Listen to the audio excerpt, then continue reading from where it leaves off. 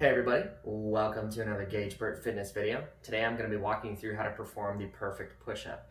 Now the push-up is an excellent body weight exercise. It works the chest, the triceps, and the shoulders, and it's a very common body weight exercise. However, there's also some common mistakes that come with it. So today I'm going to show you how to avoid those pitfalls and what to do instead to have perfect push-up form. That being said, let's get into these tips. Okay, so to go through these push-up tips today, we're going to break it down from the top down, starting with the head. Now, with your head, basically you want to make sure that it's not sagging towards the floor.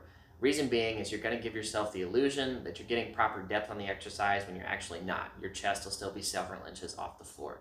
So instead, pick that head up, look out at something in front of you, and then focus on getting your chest to graze the floor. Moving on down, next up we've got the shoulders. Now, with the shoulders, you want to make sure that you don't get bunched up. You don't want to be in a sort of shrug position while you're doing the push-up.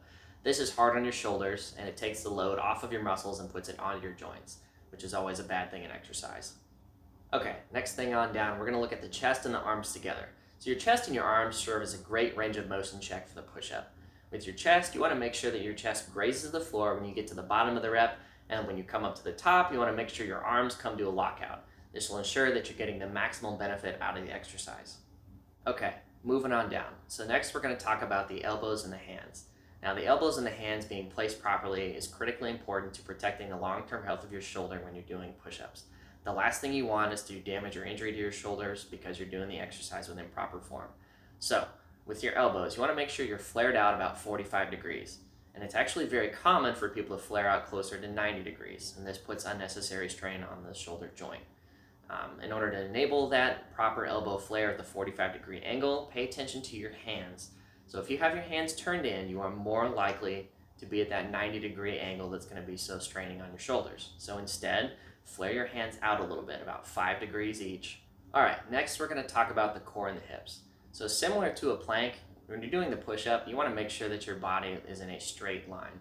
So really what that comes down to is making sure your core is a little bit engaged to keep you in that good straight line position, because when you have sagging hips, so when your core is not contracted, what happens is you put a little bit of strain on your spine, and then you can't get proper depth out of the exercise as well. So it's bad on two fronts. Conversely, if you've piked your hips, so you've contracted your core too much, or you're sticking your butt up in the air, this just makes for an ugly looking push-up, and on top of that, it's robbing you of your good range of motion. When you put all that together, keeping your head up, not shrugging your shoulders, using your chest and your arms as a good range of motion check, paying attention to your hand and elbow placement, and then paying attention to your core to make sure your body's in a nice straight line, what you're going to end up with is the perfect push-up. If you found this video helpful, let me know in the comments below. Be sure to smash that like button if you enjoyed it, and be sure to subscribe so you don't miss any new content from GageBert Fitness. Thanks, and see you next time, folks.